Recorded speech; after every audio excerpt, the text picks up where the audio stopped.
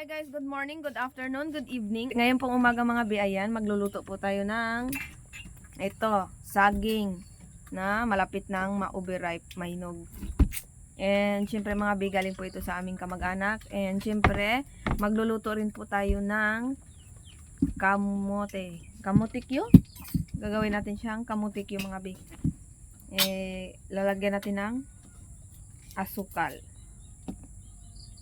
Maaga pa kami mga binagising dito. Po mga be, alas 4 pa lang mga bigising na ako. Pero nakahiga. So mga alas 5 mga be, nagbangon na ako. Yun.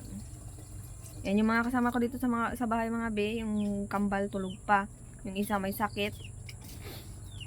Yan yung isa naman, wala na, puyat pa. Kakapisunit. Yan. Si Tatay Pandoy.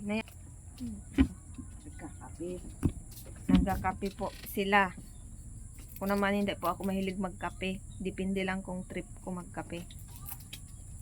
And syempre, mas maganda ngayong umaga kasi wala akong naririnig na tugtugan ng mga budot-budot.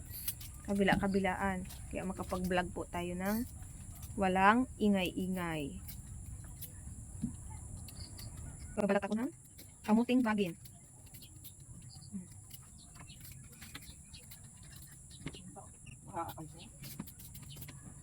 Ay mga biyang mga kasama ko dito, si Tatay, si Nanay, and yung ating aso na puyat. Kasi mga alas 5 dyan sila sa daanan nag-harot-harot ng mga aso. Pagka-araw pulog, bagsak si Cardo. So ang gagawin natin mga bi dito sa kamuti at saka sa saging, ipiprito natin dito mga bi, and nalagyan natin ng sugar mga bi. Ay mga bi, Tay. Wala ba? Oh, sige. Oh, bakit anong mayroon sa kape? Kurang ganito ay malamig, magkape ka, mainitan yung tiyan mo. Ayan, anong ininom mo ngayon? Kape pa yan? Gin. Anong flavor? Cereal? Cereal. Yun di. Pero tayo, anong pinaka-paborito mo talaga? Kape na Yung premium o ayoko premium, pangit ang yung Nescafe. bakit pangit yung premium? Bakit pangit? Pangit yung panglasa ko yan. Oh. Ang kasi ang Nescafe yan ang Nescafe 25 grams? Yung purong-puro? puro. Gusto mo purong-puro lang? Ayaw mong haluan ng coffee mate, ganun? Wow. So kapag nagbili ka ng asukal, halimbawa pati asukal kape, ilang araw inaabot? Matagal yan. Mga ilang araw? Port na yan. Malapit sa isang linggo. Isang linggo na pinakamababa-baba. Oo. Mahaba-haba. Pero kung ako lang isa, pero kung marami ay wala yan. Mga 2 araw lang, ubos na. Yan. Sino-sino ba dito yung mga mahilig magkape sa sa bahay? Nanay mo, sila Joshua, si Joshua paminsan-minsan lang din yan. Trip-trip niya lang. Nagsagot naman, trip-trip niya lang. Pero pag paminsan, dito, kape na rin kape na. Hindi, ano lang sa kanya yan. Nescafe.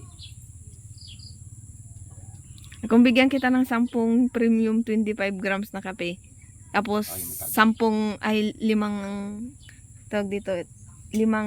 kilo ng asukal. Ay, katagal na yan. Buwan na. Buwan na na. Buwan na yan. Depende. Hindi lang. Basta kung marami rin magkape, hindi yan maabot ng pero kung mga pwede.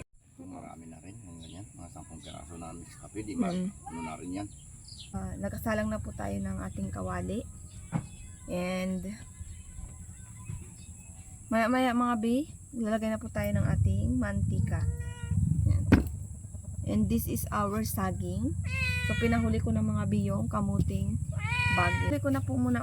Pinahuli ko ng mga biyong ating kamuting bagin mga bi. Yan, namamali ako magtingin. Minsan kasi pagkakaharap po yung camera, dito ako nakatingin sa harap mismo na sa screen mismo, pero dapat pala ang tama dito tumingin sa camera para sentro. Yan. Yung nakakalimutan lang. Siyempre mga bi, marami po tayong mga naiisip na content ngayon. Yung hindi tayo gagastos ng sobra-sobra. And ayan, abangan po ninyo ang aking pag-upload. And today, magluluto siyempre muna tayo ng ating paborito, lalo na sa probinsya, hindi mawala po ang saging dito po kasi sa amin.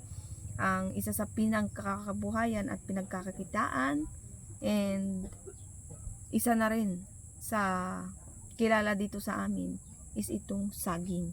Ay! Saging na saba, saging na tundan. Basta, iba't ibang uri ng saging. Kasi ang Brooksfield po ay taniman din po ng saging. Mayroon tayong salaan. Yan. So, thank you sa nag-sponsor. Nakabili ako ng ganito salaan po. Kasi yung salaan namin mga B, meron kami salaan dito. Pero plastic po siya. Ito is stainless. Ayan. Meron tayong salaan. Alam mo na.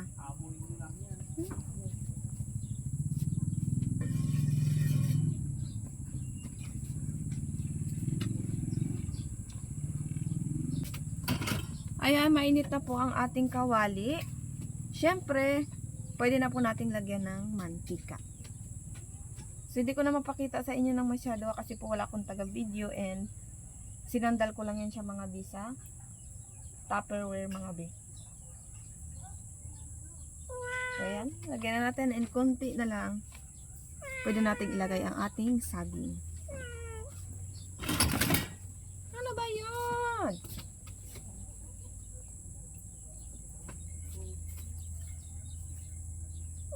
O, ilagay na po natin ang ating saging.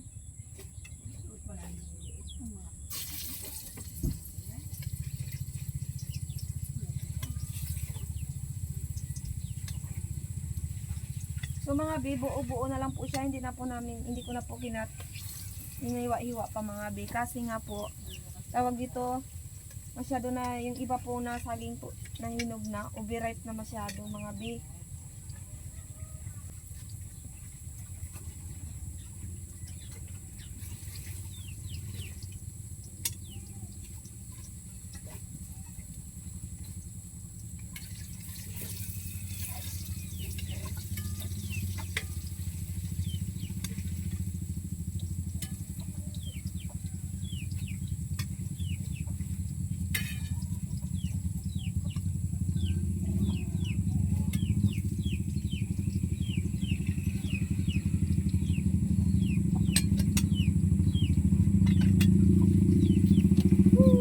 Isalang na po natin, nakaisang salang na tayo and maganda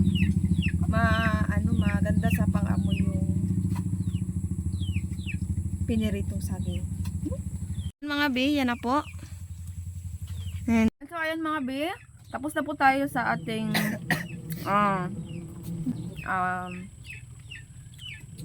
nilutong banana Q. Sige, banana Q guys, na minatamis. Matamis naman talaga guys, dahil hinog na po, and nilagyan pa natin ng konting sugar brown. Pinahuli ko na yung kamuting bagin mga be. So gagawin din po natin siyang kamutik yung mga be. Pero wala nang tuhog-tuhog. Ito yung umagahan namin ngayon mga be. And yun na, kape-kape. So ayan. Masarap po ang saging. So medyo mainit-init pa ito mga be. Woo!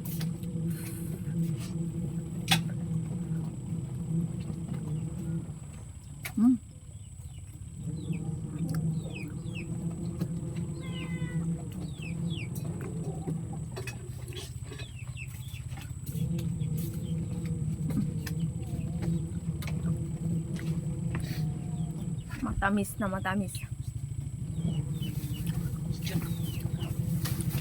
Nakakataka mga bi yung buong asukal.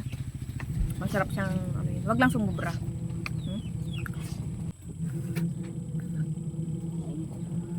Woo! Masarap kainin mga be pag mainit-init pa at saka naga usok-usok.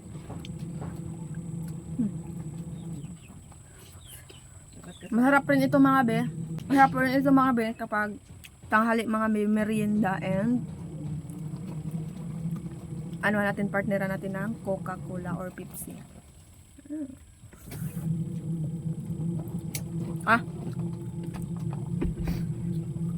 Po kami sa Lansunisan mga be. And for today ay nanghingi na lang po kami sa pinsan namin ng lansunis. So medyo Yung iba po nabintan niya na po, and awa ng Diyos mga be, maayos-ayos naman. Yung ibang mga ano po na harvest na and naibenta na po. Makabusog pa sa cravings sa lansunis. Also kasama rin po namin si Tatay Pandoy, pero ayaw, may pinuntahan po siya, kwentuhan pa siya sa aming mga kamag-anak, mga auntie, mga pamangkin niya, and sa mga apo niya.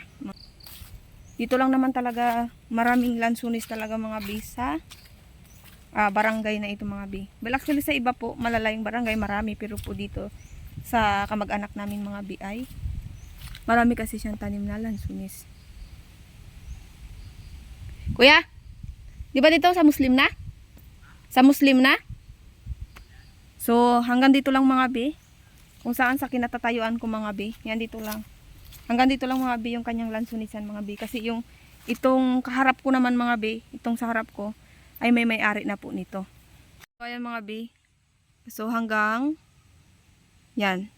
Yan, ito hindi na sa kanya, hindi na sa pinsa namin. Kundi sa may-ari po nito ay Muslim. So, bali, yan. Itong kahoy lang, itong mga BO, ayan o. Yan. Yan ang boundary.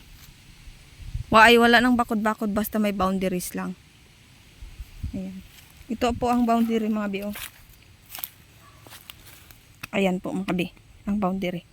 Kanyugan. Ang kanyugan, medyo mahangin ngayon.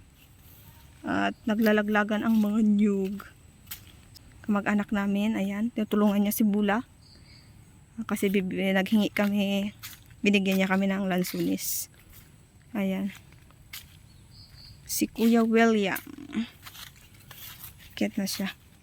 Yan mga B, syempre, mamaya may papakita ako sa inyo mga B. Syempre, ayun po ay parte ng kanilang pangkaabuhayan mga B ng mga kababayan niyo po dito sa Palawan is yung tapahan mga B. Although may mga gulayan din po sila dito. And maraming nga mga prutas na tanim. Tsaka, ayun po. Mababait naman po yung mga tao po dito mga B sa amin. Mga B, yung lansunis po mga B na nakuha. Nilalanggam-langgam pa mga B. Ibig sabihin pagkaganyaan, matamis. Siyempre, sobrang malalaki sila today. Uy! Marami lang pong langgam. So ayan mga be, wala kaming kuryente ngayon mga be. Nandito kasama ko si nanay, nag-ilaw lang ng flashlight lang. So gamit namin ay kandila. Ito yung kapatid ko, pangalawa sa akin mga be. And then ito naman si Tatay Tay. Wow. Wala tayong? Kain tayo, kain. Wala tayong? Ilaw, kuryente. Burn out mga be. So papatay-patay mga be. And ayan, kapatid ko mga be. Nakarating lang mga be kasi nanisid sila mga be sa ibang barangay. Kalasagin. Kalasagin mga be. Ano siyempre mga be? Kalabagang? Kalasagin na. Kalasagin o kalabagang. O doon na yun. Ayan, gutom mga be. Yung kasama mo nagpunta doon? Manyang. Okay, yung kamag-anak rin namin mga be. So ayan mga be. Siyempre mga be, pakita ko rin sa inyo mga be yung nahuli ng mga kapatid ko na nisid sila doon mga be. Tingnan natin. Yes. Bagus na yun. Ayan, ang ulam ni Tatay. Ay, ano tayo ulam tay? Sap-sap. Sap-sap na paksiw. Ginataan. Sap-sap na ginataan na paksiw. Paksiw muna bago ginataan. Ayan. So ito mga be. So ayan mga be yung nakuha ng mga daw mo na. Dali lang. Ayan mga be, kaya may bulalo dito. Tapos ito mayroong ranga-ranga. Tsaka anong tawag dito? Dudu-dudu na malaki. Yan. Dudu-dudu. Dito mga be ay dudu-dudu ang tawag namin dito. Yan. Tapos pinato sa bawan. And then syempre mga be, yan. Mayroon po dito. Anong isda to, Diyos? Mansa. Talakitok. Talakitok. Ito tay. Talakitok din yan. Ay, yung Bararawan. Oh, yan. So mga be, ito sa amin mga be, tawag dito ay bararawan. And then, ito, Yung kukuha ng isda na yan. pulahan. Na pula po. And then ito si Mr. Pakul. Si Yan. Pakul. Tapos, Itong itim ano to? Ito, ano to? Uy, may naligaw dito. Saan nakikita ko yan sa ano? So mga be, itong isda na to mga be. Kinakain din po ito dito sa amin po mga be. Ito pa. Ito tayo, ano tayo? Ito. Ito tayo. Yung itim na to. Ito itingan. So mga be, ito po ay mulmol. Ang tawag po dito, mulmol. Ito nan, ito Oh, itingan. itingan ba yan? Tapos ito mga be, ito yung madulas-dulas talaga na isda na masang-sang-sang-sang. Mulmol. Ito po ay mulmol. So yan mga be, yung nahuli ng aking kapatid mga be, sa paninisid mga be. Ayan. May ulam na kami. Then ito naman yung napakinasan nila. And bukas mga be, yan po, may ulam na po Dalawang kami. ulam na kami. Mayroon ng sa umagahan at saka sa tanghalian. Hanggang hapunan, may shell. So habang kung kuryente, hindi namin alam kung kailan magbalik. Yan lang. Ilaw namin dito ay kandila at saka Flashlight. flashlights. So pasensya na kayo mga be, hindi po muna ako makakapag-upload kasi po wala rin naman kuryente. Hindi rin po ako makakapag-upload ng aking videos.